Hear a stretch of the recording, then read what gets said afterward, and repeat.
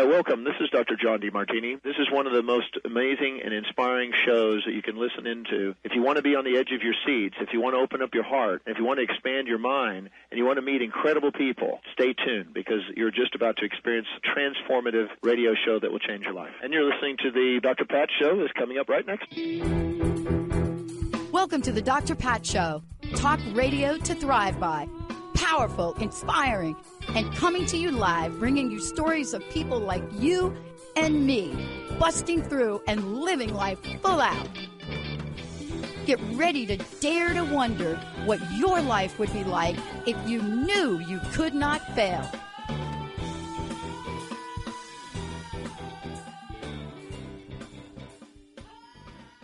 Hey, everybody, welcome. Somebody asked me a question a couple of weeks ago in a very short interview, but they asked me about what impact have people had on the network and on me personally? And, it was an interesting question because, I've thought about it a lot, but nobody's actually even cared enough to ask. So here's what I want to say. When you watch someone, anyone, but in our case here at the network, when you watch someone that you meet for the first time and you see that they have a passion, you see that they have a purpose, and there's this voice that comes forward, and from that voice, they develop a way to help other people heal, to move beyond fear and anxiety, to have breakthrough sessions, to create things beyond what we can even imagine, or you can imagine that one is capable of doing. And when I answered the question, the follow-up question was, well, who are the people that come to mind? And I thought about the people that were here with us from the beginning. There are several, but one in particular is Dr. Friedemann Schaub. And when I think about even our first time meeting, getting into the studio over there in Bellevue, sitting and talking about what do you think you're going to create for your first book? And then to see his first book come out, Fear and Anxiety Solution, and then to see the shift and the change in the direction, but something all-inclusive, still with the mission and the purpose of helping every one of us be the best that we could be at any time of the day and any time of the week and year and life. And that's what today is about. It's reconnecting with a friend and a colleague because he has not stopped doing what he does best. And that is helping all of us, all of you. Today, I'm excited to know that I actually was part of seeing the little teeny baby birth of this idea, the empowerment solution. And when Dr. Friedemann Schaub got the idea from where I sit, he didn't hesitate. He went out and he said, I'm going to talk about this and I'm going to do something about it. Now, today, all of you get to meet him the way that I've known him. And that is to talk about the empowerment solution, 6 keys to unlocking your full potential with what? The subconscious mind. This timing of this book and the folks at Inner Traditions, the timing of when this book comes out, like now, not a year ago, but now. One can never think about how perfect it is. For many of you, I have called him Dr. Friedemann for so long. He is Dr. Friedemann Schaub. He is a physician, a researcher, a personal development coach. He is the author of, yes, and it is an award-winning book, The Fear and Anxiety Solution. He has created many, many ways for all of us to take a look at what's going on, why we're getting stuck, and how to break through it. His research and publications have hit many, many magazines, and now here he is. Here he is with another groundbreaking book, The Empowerment Solution, or Empowerment Solutions. He has Empowerment Solutions podcast. He does this beautiful dance in his life, which is about stepping out. And so if you're going to write a book called The Empowerment Solution and your first book was The Fear and Anxiety Solution, then of course you're going to show up like my friend and colleague, Dr. Friedemann Schaub. Dr. Friedemann, it's great to have you. Welcome, welcome, welcome, and congratulations again Thank you so much. You are so good and making me feel blushing. I mean, it's just, I wish you could be my spokesperson if I would need one. This is just amazing. Yeah, I was thinking about the third book. That's going to be what? Just the solution, or how do I going to call it? I don't know exactly. No, that's it. That's it. That is the book, right? I mean, like, of course, you just named it here. Everybody, you all have heard it first. There we go. And why not, though? Let's talk about the why not. You know, I gave people a view of what I saw, but I really want to know from where you sit how this journey evolved for you. And it's not just about writing a book. It's the many faceted ways that you and I have this in common, Dr. Friedemann. We had to face ourselves. We had to face our past. We had to face what people thought we should do. And then we went out. But how would you describe today this journey when you first saw the light that you were going to do something different and follow your heart in many, many ways to get you right here today? Well, I think the journey definitely caused my dad to do a lot of head shakes and my mom a lot of grievings, because it started as, you know, the kid that goes into the footsteps of the parents and becomes a doctor, and everyone was just pretty much agreeing that this is what you need to do. And I stuck through it until I had all these panic attacks and anxieties that told me you're not on the right track. Yes, you're on the way to become some kind of a professor in cardiology, but is it really what you want? You're really going to be stuck for 30 years in that? So that was my real big wake-up call. And looking back, I remember that night where I had this voice in my head very clearly. It was really the turning point, because from that point on, there was a seed planted in my head that says, I need to make a course correction. And that course correction got me to Seattle, but not into what I'm doing now, but into research and working on cells and working on self-suicide, which is a really fascinating topic. And after I did my Ph.D. in molecular biology, I realized, that's not it either, because I want to help people and not just cells or rats. And so then I got really fascinated into the mind and the body and how they connect, and how the power of our thoughts and emotions can ultimately either cause us illness or help us heal.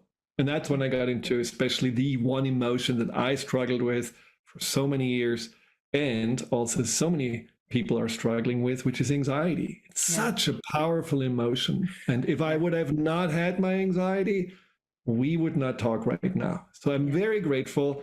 And my mission is helping people not to condemn, fight, distract themselves from their anxiety, but really to look at the anxiety, because it's a looking glass into yourself. It's a way to find who you really are. Yeah. Let me ask you a follow-up question, because I love we're talking about this. You know, out of all the things that I think I've experienced, and, you know, I think when you grow up in New York, in the situation I grew up in, you kind of get used to fear, and it almost become normalized. You know, if you live in New York, you know, what most people would be very scary for them, like even a ride on the subway, you just do it naturally. So there's something that happens with fear that normalized is not a good word, but you know what I'm saying? It moves down the list of things that you have to worry about. The one that doesn't move down is anxiety. Let's talk about that for a minute. If people could use that feeling, that anxiety feeling, and they will, if they read your books and work with you, they'll get this. But when they feel it, if they can just say, oh, now I'm getting ready to do my next big thing. What do you think about that statement? That would be fantastic. It would be great. Like, oh, thank you so much, anxiety, for showing me the way, or at least making me aware that I'm not on the right track. Yes, that's exactly what I hope people will see their anxiety from. You know, I often compare anxiety also to this pain, you know, this physical pain. If you have physical pain, well, at some point you cannot deny it, and you say, I guess I have to figure out what's going on here. Why do I have physical pain? With anxiety, we don't do this necessarily. We have anxiety, and then we are saying, oh my God, let's get rid of that. But we're not saying, why am I anxious? Right. And there are two reasons why we're anxious. The one reason is because our past is still haunting us. And the second is that we are not really heading towards the right future. It's very simple. It's like an inner GPS. It tells you, okay, there is something that, maybe a wound from the past, a trauma that you haven't dealt with. Or like in my case, you're heading somehow over the cliff into, feeling not fulfilled or bored or whatever it is. You're not really what you're supposed to be. Yeah. So these two things, and that's embracing anxiety and not being scared of it. Yeah. I love that you're talking about this because the latest statistics are coming out now. I like to call it, I don't even say the word COVID, but people say post-COVID. The post-COVID psychology, I heard one of my peers say that, and I'm like, what does that even mean? And, what I think they mean is we're coming out of 3 unusual years. And somebody asked me, had you ever seen anything like this before? And I said, let me just be clear. It is a unique situation, for sure. But have we seen the level of people get stuck, be traumatized, enter fear of state of anxiety, think that they're going to lose everything? Of course we have. It's over time. And the follow-up question was interesting, Dr. Friedemann. They said, well, Pat, when can you remember? And I said, I think what we've done is we forgot 2008, 2009, and 2010. I said that was, for people, one of the most difficult, fear, anxiety, helpless, hopeless times. And yet, nobody wanted to talk about it. They wanted to forget it and move away. Elizabeth Warren was the only body talking about it on the political arena. But this is the point. It doesn't go away. You come forward. And I want to ask you this question because I want people to see from where you sit the connection between the fear and anxiety solution and the empowerment solution, because there is one. And, my sense of this is perhaps in the back of your mind, as you were writing the fear and anxiety solution, you knew you were going to write this book, did you? Maybe way back, but I remember it came to me really on a Sunday walk somewhere in the forest, and boom, there it was. Oh, that's what you have to write about. So it wasn't that aware until that moment that this is the next chapter or the next book. But it's interesting what you said. You're absolutely right about that there was trauma before COVID. There was, anxiety before it. And I have to say, when COVID hit, I was hoping it's going to actually turn out to be an opportunity for many people, because there was so much that we couldn't do, so many distractions that fell away, so much of self-facing that we had to do. And so many people realized, whoa, I'm so uncomfortable with myself. This is terrible. I hate being by myself, which is understandable, but that doesn't mean that's the end point. You can just say, okay, how can I find a closer connection to myself? And we have missed that opportunity, at least, many of us. We just are so glad now everything is open and now we can do whatever we want again and happily not. And that's too bad, because I think that's what the anxiety ultimately wants, our attention. And to answer your question, the empowerment solution is simply the natural next step of the fear and anxiety solution. The fear and anxiety solution helps you to get really in touch with your subconscious and the root causes of fear and anxiety. But the empowerment solution helps you to implement all that into your day-to-day life and literally grow into, as I call it, the leader of your life. Not just the follower, not the one that feels lost that I have been, and maybe you have been. I mean, you remember your early career that did not feel right to you. You felt lost. So. Oh my God. Crust busting. Come on. Crust busting was based on. So think about the brand, right? I mean, think about crust busting was all about me not being able to get off a couch and dialing a wrong phone number. And 20 years ago, dialing a wrong phone number and saying yes to internet only radio. Go back. There was no smartphone. I don't even know if there was a flip phone, but I never looked back. And that was the first thing. And then, of course, the Seattle network, KKNW, AM 1150, it goes on and on and on. But how do you create something like that? Well, you know what it feels like to be so stuck that the metaphor you use is being crusted over, right? Here's what I love about where we are, and I want to talk about this. You and I have a very interesting perspective on things. Your perspective is on the idea of power and empowerment. And out of the gate in your book, I'm bringing this up because after 21 years, I finally found something I really, other than crust busting, I found something I'm really excited to bring to the world. It took me a long time to do it, but we have one thing in common. And I love when you say, why you are never powerless. You know, if we stopped right there in the book, we'd get a very good lesson. If we just stopped there and could understand that phrase that you put in the book, that would be groundbreaking. Out of everything you could have started the book out, anything Dr. Friedemann Schaub could have brought in here and said, come on, well, give me part one, you went there. Tell me why.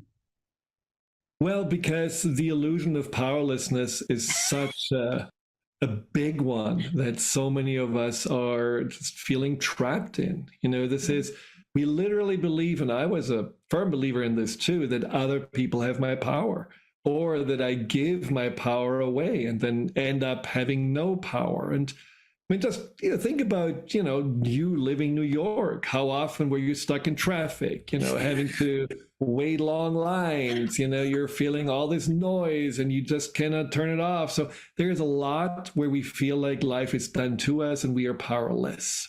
And that's when we have to realize you're never powerless. Yeah. We have this innate and limited amount of power to adapt and to choose how we think and feel about something, even if the outer circumstances don't change. Our perceptive changes. And that's really important. And I heard something of, it was like a movie trailer or something, and it said in that trailer, people are not really interested in seeing all of reality. They get stuck in their perception of reality. And we are here to open the perception. And I totally agree with this. We have to see that we have a responsibility to use our power to make us hopefully better beings, but to also make the contribution in the world that we have to make. Because let's face it, we cannot hide behind powerlessness anymore. We cannot hide behind, there is one leader that we're going to follow and we are just a little sheep. We have to step it up in order for us, our children, all the generations after us still have a livable planet. I think that's our responsibility. And that's what I'm so passionate about, to help people to realize you have the power, you have a purpose. There's something inside of you that will tell you exactly what your contribution is. Stop sabotaging yourself. Yeah. I love that you came out of the gate with that because, this is really for me, I'm going to be speaking about this later today on the live show, first time I'm ever speaking about it.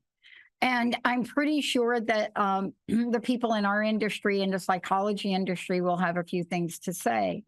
But this idea of living in black and white contrast, you're either this or you're that, without any relativity, would have totally blown Einstein out of the water. He would have probably had to go into arts and crafts as, some kind of profession. Look at what Jung did. He sculpted, because we all get to face ourselves. In this book, The Empowerment Solution, it is that place where you are very direct in the solution and very direct in helping us understand our own dynamic. That's what I love. And right out of the gate, you talk about things that people know, but they don't want to do. It's just the way you're doing it. I want to talk to you about the idea of introducing people to the many sides of themselves that the subconscious mind may hide to them. Self-compassion, invisibility, self-responsibility, self-reliant. These are the things that when you open and you come from the book and you get past that first part, that introductory part about, now, okay, I'm not, And then you take us through, wait a minute, this is the next step. You've seen this in your clients. Tell me what happens when people take responsibility for themselves. Well, when I was working with a coach as I was leaving academia, one of the things that she helped me find is my core value. And my core value, I thought, is security. But then I figured out, wait a second, my core value is actually freedom. And what happens when you take self-responsibility, you get free. You are free from all that what you felt was holding you back. This is about the victimization that we feel other people has been doing to us. This is why I have kind of a hard time with this whole trauma wave that's going on right now. Everyone talks about trauma, and everyone talks about how much trauma has been affecting us and how we have to heal our traumas. And I understand, and it is true. Trauma is certainly, has a big impact on that, but it does have a little bit of a hinge of victimization. We are the victim of trauma and the perpetrator who created the trauma. And that is, unfortunately, again, a disempowering point of view. So self-responsibility is ultimately the key that unlocks you from being the victim into being the one who is realizing that there is always something for you to learn and grow from the past. There is always for you this self-responsibility to see the past as your sandbox, no matter who was in it, and where you grow from, and not anyone has put you in there and now you're stuck for the rest of your life. It's up to you. Yeah. And that's very powerful. It's interesting. Many, many years ago, like a lot of years ago, I was totally out of control. I mean, if you would have looked at me in my 20s, I just considered that having fun. Yeah. Well, my behavior in the 20s, whatever you want to call that, it was just like, okay, come on, people. This is a time where we love each other and we just do what we want. But in my 30s, that behavior went really bad. And I remember being at a point where I looked at my life, Dr. Friedemann, in my big corporate job, in my big suit, in my big salary, and my 6-acre home, and my 4,000 square foot house, and my sports car, and my truck, and my beautiful collie, great relationship, everything looked good. And I looked in the mirror coming down, when you go to your corporate job, right? Not like us, like now. When you go to your corporate job, you have that big fat mirror before you go to the garage. And I remember looking in the mirror. I was unrecognizable to myself. And it was that moment. And I think there's a place in the book that you talk about it. You mentioned the key to owning your past. You mentioned another thing, but it was such a tipping point for me. Now, what I did after that is for another show and a very long story. But I remember that like it was yesterday. I will never forget the feeling, the emotions. One of the things I love about you and what you've done from the get-go is you have always helped people with their emotions. I remember some of the shows you've done. You are one of the first that I can recall really talking about it. Before we came up with this EQ, you were out there, radio shows about it, talking about it, taking callers. You were doing that. Fast forward to where we are today in the Empowerment Solution, this fabulous book. You've not let up on that from what I could tell in this book. But now you're providing solutions. What holds people back, Dr. Friedemann, from where you sit? What holds us back from looking in the mirror and facing ourselves like that moment I had? I just love this example that you gave because, one of the chapters is about the pattern of invisibility. Yep. Now, when you hear invisibility, you immediately think about little Daisy hiding in the back of the room, not wanting to talk to anyone and becoming a wallflower. And that's one way of invisibility. But what you described is the other invisibility, which is where we are becoming invisible to ourselves, where we are hiding so well under a mask, whether it's a mask of control or power or success, that we really disconnect from our truth.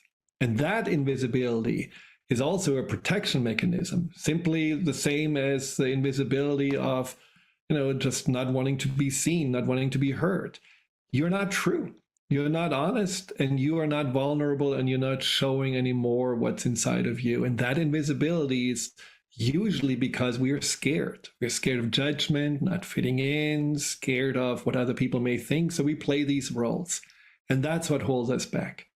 One of the things that holds us back, that we are losing touch with our innocent self, the true self, the one that at some point knew, this is what I'm here for. This is who I am. I was always a kid that was driving with my mom on her rounds to the little farm places out there in the Black Forest. She was also a doctor like everyone else in my family, but she always took me because, I often Wednesday afternoons off. And as soon as I talked as an 8-year-old with, the farmers, and one was sick, my mom took care of that person, the others talked to the little boy inside. Man, they told me things that they afterwards said, I don't know why I'm telling you all of this. I don't know. You're just a little boy. So I knew there was a little bit of a gift inside of me to just be able to listen and ask the right questions. I totally forgot about this all. So this innocent self who also believed in the magic of life and was happy-go-lucky, that innocent self disappeared, especially during the time when I was in academia and medicine. And I had to unearth this innocent self. And I invite you all to think about back the time when you were little, when you were 5, 6 years old, and you remembered when life was easy and there was no pressure and there was just you feeling your true, authentic, innocent self. Who were you? What did you like to do? What were your qualities? Okay, we're going to talk about that when we come back from break, because that moment you just described right there is related to the mirror moment. I didn't think about it till you just brought it up, but of course, there you would be. When we come back, we're going to talk with Dr. Friedemann Schaub, an award-winning author, but he is so much more. I'm so honored to take this journey with him for a lot of reasons. Early on, when we were starting this, there were people that believed in us, and we stood and even stand today on the shoulders of people like Dr. Friedemann Schaub. They said yes. They said, yeah, there's something about this positive talk, even if you are calling it trust busting, that it's a good vibe. When we come back, we're going to talk about the mirror and the mirage. What does taking a stand mean? But before we do, look, how do people get the book? But you're not just doing the book. You have a whole bunch of things for people. Please tell them. How do they get the book? How do they work with you? All of the above. Well, the easiest is to go to drfriedemann.com, and it's always Friedemann, so there is an E after the D, and it's 2N, but I'm sure it's going to be in the show notes. And if you do drfriedemann.com/new/book, you actually can order the book through Amazon, but then you can also get all these fantastic gifts from people like you and 15 other healers and speakers and authors that supported the launch and supported me on this journey. And so they all gave special gifts as a thank you. So take advantage of that and go there, and hopefully you're going to enjoy the book. You can buy it also in all other stores and online. I don't want to just do a plug for Amazon for sure, but you can find it there. Yeah. Oh, no, I looked. Your book's available everywhere. The other thing also, if you could mention, I know you do class, you do courses, you do coaching. What is the best way for people to work with you in those areas? Well, you can do one-on-one coaching with me. And that's, again, you find everything about that on the website. I will have in May starting an online course from anxiety to empowerment. Love it. And that's going to be a really, really fabulous 6-session online course with 3 live coaching sessions. So I think you should take advantage of it because it's definitely affordable, and it is, if I may say so, life-changing. Yeah, I will say so. And a lot of other people have said so. We're going to take a short break. When we come back, I'm going to tell you about that 5-year-old. I want to call it this in the spirit of Dr. Friedemann. And for so many years, do you remember I called you Friedemann because I didn't know how to pronounce Friedemann? I just kept saying Friedemann, and you never corrected me. But when we come back, mom called me, so you're doing good. I'm doing good. I had a harder time with Schaub, but I got that handled. Yeah. That's why nobody knows my last name, right? Oh, yeah. So when we come back, we're going to talk about this because this is going to be this next part of his book. I didn't expect it in the book. When I saw it, I said, yes, that's it. That is it. So think about this. Can you go from empowerment as a child, let's say 5, I like the age of 5, to anxiety, looking in the mirror, to empowerment? When we come back, what does taking a stand mean to you? Now, you're going to have to read the book to figure out what Dr. Friedemann is saying about it. But what does taking a stand mean to you today in this moment? Let's take a short break, everybody. We'll be right back.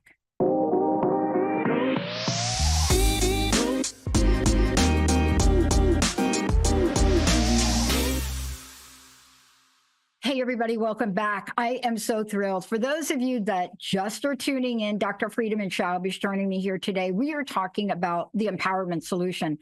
Many of you know him from the fear and anxiety solution. You also know him from his podcast. You also know him from years of work to perfect this, to bring solutions to people. And he was joking earlier in the show, but I think he should do it. I think his next book should simply be The Solution. You heard it here first. Again, drfriedemann.com is the website, and that's DR for doctor, correct? Yes. drfriedemann.com. The book is available pretty much anywhere. When you go to his website, it's there. Also, throughout the show, you're going to see images of the book. We're going to tell you how to get it, all of the above. But most importantly, what I know him for, before books, and he has done shows. He and I used to do shows with some of his clients that would come on. Here's what I know. It is life-changing. That was not a joke before the break. It is life-changing. Okay, taking a stand. You ready for it? You brought it up. You brought up the 5-year-old. You ready? At 5, for me, I had a rough early childhood. My mom got hooked on barbiturates, is what they used to be called, topped that off with alcohol. Ultimately, first suicide attempt didn't take, second one did. The only way I know about it is my stepmom kept letters from her that my dad threw away. But at 5, I knew I was having a rough road. My uncles, Dickie, Bobby, Billy, Johnny, Louie, Dickie, Bobby, Billy, Johnny, Louie, on my mom's side, gave me an official pair of boxing gloves. Now, these guys were in the rackets. These were boxing gloves from like a boxer who I found out later had lost. So I get these boxing gloves and I get them on, and they get me this punching doll. Do you remember those blow up punching dolls way back? Yeah. Okay. Now, look, don't email me about the violence and stuff. I already know that that's not what this is about. So I just want to say to everybody, they knew I was different. Many years later, I found out that I was, in today's language, on the spectrum. They knew I was different. They knew I cried. They knew I loved rocking. They knew it, but they gave me the boxing gloves. I didn't take them off for a month. It drove everybody nuts. Why did they do that? What was the message? Later on, I asked one of my uncles about it. And he said, you needed to learn how to take care of yourself. You needed to know what was true for you, what you were going to believe in, what you were going to fight for. That was my 5-year-old. That was my 5-year-old. And when I think back at this and where I am today and that moment in the mirror, that was a moment of anxiety-filled empowerment to look in the mirror and say, no mas, I don't know who you are, but I have a sense of who you want to become. In that moment, I had to take a stand. In your book, That's what you talk about. Hmm. And I couldn't help talking to you about it on the show. And I've had many of those moments, even after the boxing gloves and so forth. I actually went on to learn how to box when I was a little older, just saying. But taking a stand and putting it in this book, this is powerful. Why was this important for you to include here, Dr. Friedemann? Well, it's a really, I think, an important piece of living an authentic life, to remember who we were before we took on these roles or these masks, or, played nice to fit in. I mean, in some ways you could say you definitely were thrown out in the deep end when you were 5 years old, and you had to make a choice. Do I leave the boxing gloves on and really fight for myself, or am I, just giving up? And unfortunately, I'm sorry for what happened to you, because I wish I would know who that 4-year-old or 3-year-old was before your mom maybe got hooked at, or when you were kind of, really innocent and life hadn't thrown you curveballs, because that's maybe also information that is interesting and important to remember, because that was already survival that you were dealing with. Well, let me answer that. My mom taught me how to love. She was the most loving. I mean, that was her curse. That was her gift and her curse. She was the most loving, and she was an entrepreneur. Back then, for a woman in an Italian family to want to open up a store and, have a jukebox in it. And I mean, this was my mom, but she knew how to love. She knew how to love. My music affiliation is through her. So I got that too. And I consider that the best of both worlds, right? To do both. But you just said it. When I looked in the mirror, everything changed. Now, the short version of it is I looked at myself. I looked at what the corporation wanted me to do in that moment. I saw it was out of integrity, firing somebody with 29 years and 11 months of service. That was my job. I wasn't going to do it. I took a stand, but the way you described this made it very clear to me the underpinnings of what was happening. Let's talk about that. Fitting in at all costs, of course. Got the suit. The boss says, I hate pink. You never wear pink blouse again. Got a big job. You're fitting in. You don't know your truth. And then you have a moment of truth. What does this part of the empowerment solution help people get to? That is such a difficult thing that so many people are now dealing with, this need to fit in. And I really do believe that this is part tribal consciousness, which we probably have since ever. But then there is also this new consciousness that is driven by especially social media, where there is a need to be cool, a need to somehow be relevant, to fit in, to get a lot of attention and likes, that drives us away from ourselves. We are more looking for how we are supposed to be and how we are getting likes, rather than saying, what do I actually like about myself? Those questions are not even asked anymore. So one aspect of the book is realigning with your essence. And what I mean with that is it even goes further back than your innocent self, the 5-year-old or 6-year-old. It goes back to before you were even born, before you were even conceived. Now, whether you are now an atheist and don't believe in any of those things, or whether you have a spiritual background, it doesn't matter. It's more maybe for you, if you don't believe, metaphorical. If you do believe, I'm talking about the eternal, infinite consciousness that we all have inside of us. At least that's what I believe. And so if we remember what that was before we had this incarnation, what was our purpose? Why did we decide to be here? What is actually the gift that we are bringing here? What are the core values that we are here to share? That is literally stripping yourself away from all those overlays and programmings and imprints that hide you, and you have been hiding underneath, and it brings you back to the essence. And what I find so fascinating, that when I work with clients going back to this place, whether they are doctors or entrepreneurs or students, and they go back that they all have the same experience, a huge relief.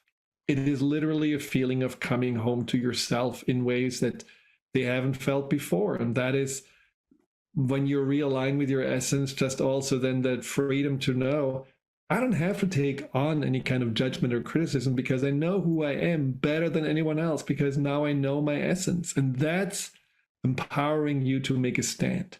That's a moment when you can say, I can follow my truth. I can say no to something that's not in alignment with my values, and I can say yes to what I'm really here to do.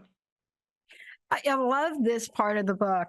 And, you know, the reason I love it is everything that I know about you, your previous book, Fear and Anxiety Solution, the beginning of this, how you describe this, what the invitation is for some of us. When I got to this part, I said, oh my gosh, he's in my brain. Like he's in my head. And the one that hit me, I think there are two that hit me that I think are hitting people. This one in particular, I think is the key to the V word, victimization. It is the helper pattern of overextended and underappreciated. Mm.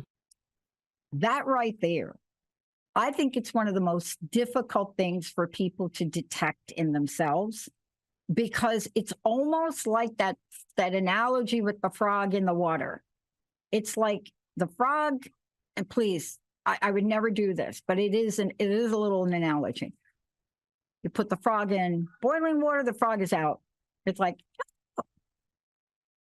but this right here, this helper pattern, that is like putting anything in cold water and slowly turning up the heat, where you can't realize that you're about to have a moment in the mirror where you're either going to see yourself or you're not. If you see yourself, you can get out of the water. If you don't, off you go. Now, tell me,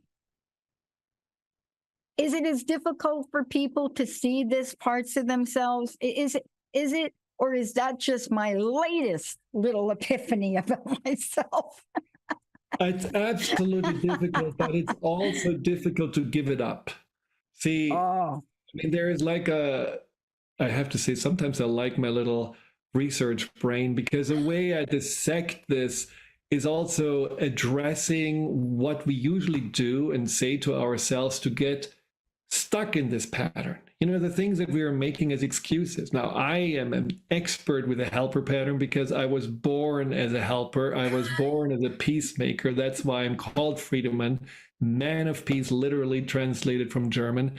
That was my designated job for my family. So I know all about that. And the way we justify this pattern is that, well, we are just, very giving, and giving is always better than receiving, or taking care of yourself is selfish, or, there is also this, when someone is in pain, I cannot just not help them. Of course, I feel their pain and I want to support. All those excuses, I dismantle and turn them around and give you the freedom to say, no, I don't have to do this anymore. It's actually more selfish of me to be a helper than taking care of myself. Why? Because as a helper, you have a secondary benefit that most people don't want to admit, which is you want a thank you in return. You want gratitude. You want people to make you feel like that you're important to them. And I and many others have felt that when we don't get that, we get frustrated. Yeah. We get irritated to the extreme, bitter. We become the martyr. And that is where we have to realize I'm making people actually the ones that I want something in return from in order for me to boost my confidence. It's like, doing a good day of the deed of the day, a good deed of the day, and helping an old woman crossing the street when she doesn't want to even go across the street. It's just like you're forcing yourself onto people as a helper. Of course, I'm there for you, but deep inside you resent them because they can never really give you what you want, which is to value yourself. Yeah. And so the solution here is to do this self-commitment. And one of the commitment steps is to have boundaries. And there are 4 boundaries that we all have to learn about. They are unbreakable, but they start with saying yes to you and saying, I need to fill my cup. I cannot always just give, and in the end have nothing to give because I'm completely empty. Yeah.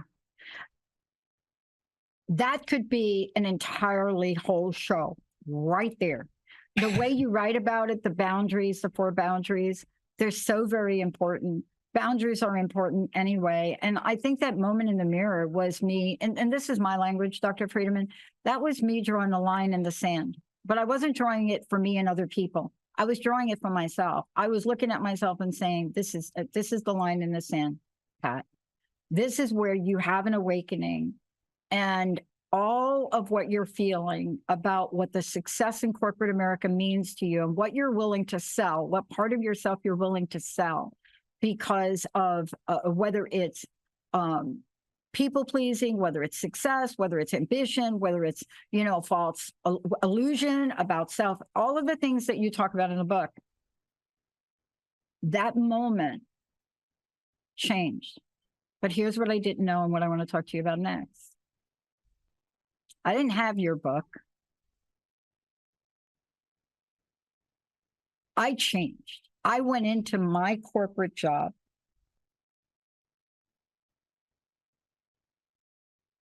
and I was an executive.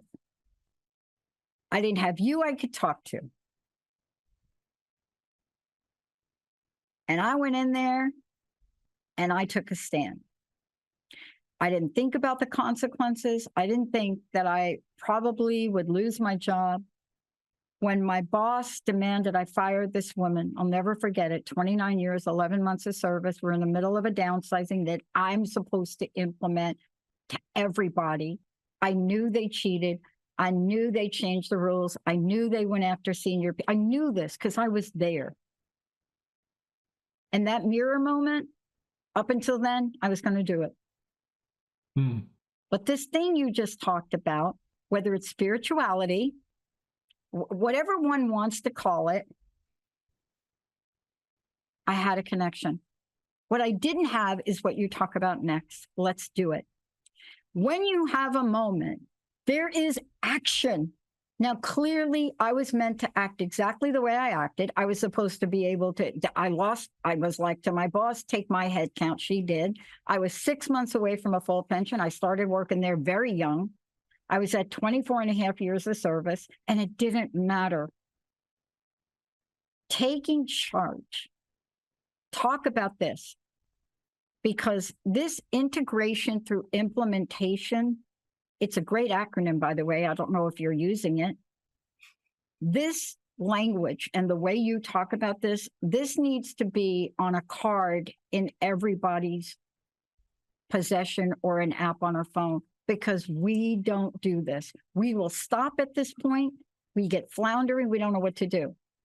Tell me about taking charge and the use of that language, taking charge for you. You want to drive a point home. Tell us what it is. Well, I think taking charge is really staying true to yourself and really being, like as I said, the leader of your life. And a good leader knows the mission.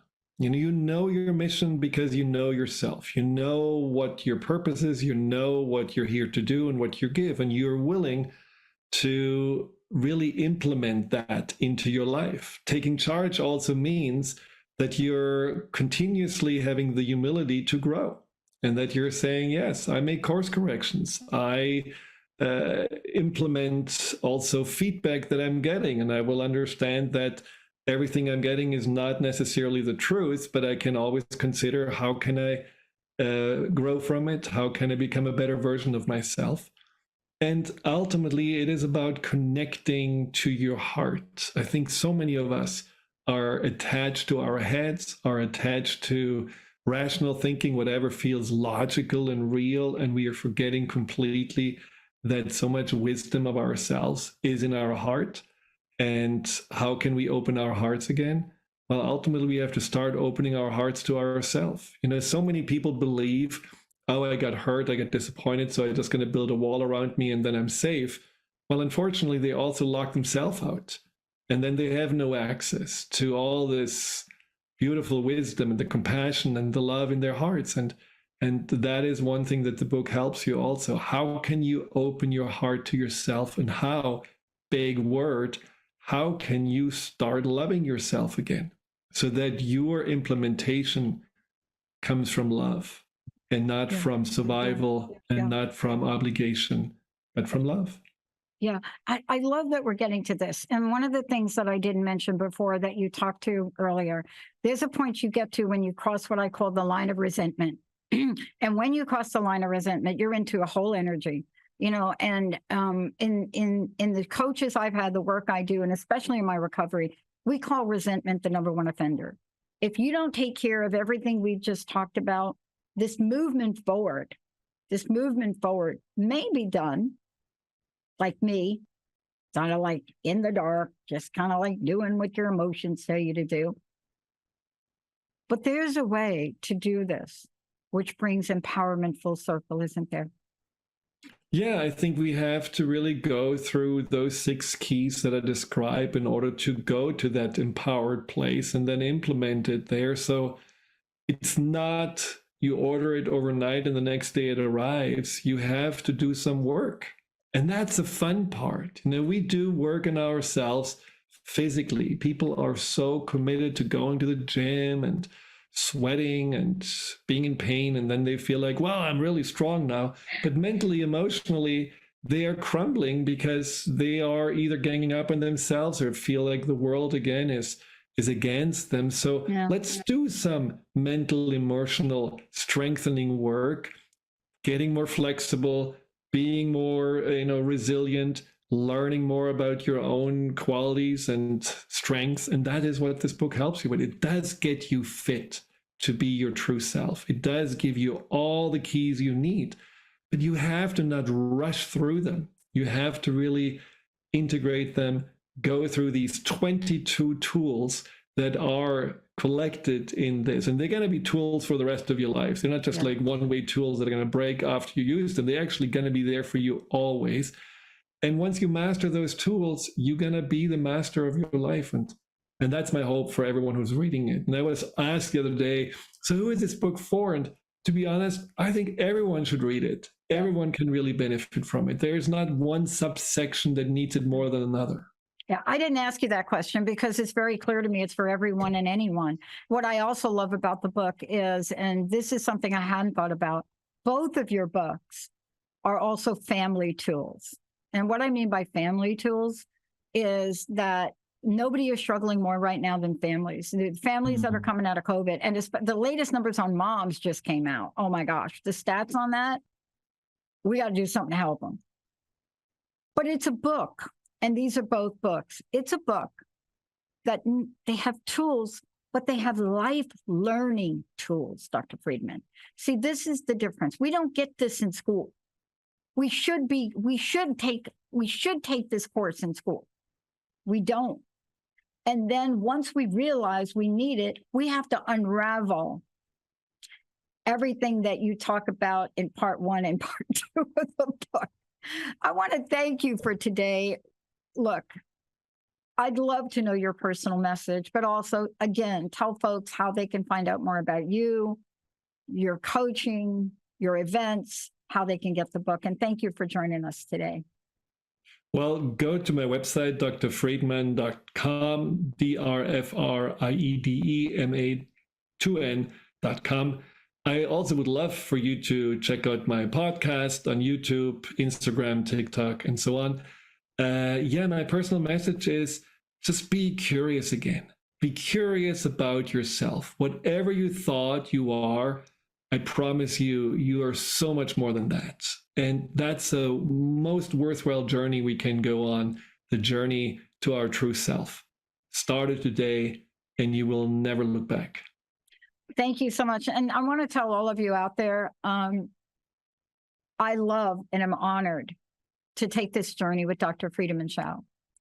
Over the years, every show he's ever done, every message he's ever put out there has stopped me in my tracks to think. And from that, I got to create, I got to learn, and I got to grow. Sometimes very expectedly, other times very beautifully unexpectedly. If you are struggling, fear, anxiety, if you want to be free and take the walk of empowerment, this is what he's dedicated his life to. Give him a call, schedule a consult for you, your family, and for your life. Thank you all for tuning us in and turning us on.